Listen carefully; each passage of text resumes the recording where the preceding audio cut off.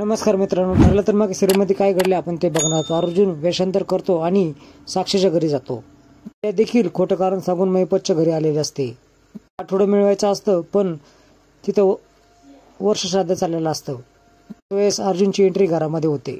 वाईट शक्तींचं सावट तुझ्या घरावर आहे असं सांगून अर्जुन आतमध्ये येतो. संकटापासून तुला आई वाचू शकते आणि हे बोलणं साक्षीला खरं वाटतं. एखादी आठवण असेल, एखादं गळ्यातलं एखादं पेंडंट असेल तर नेहमी तुझ्या जवळ ठेव असं तो तिला सुचवतो. ती वर जाऊन ते पेंडंट दाखवते.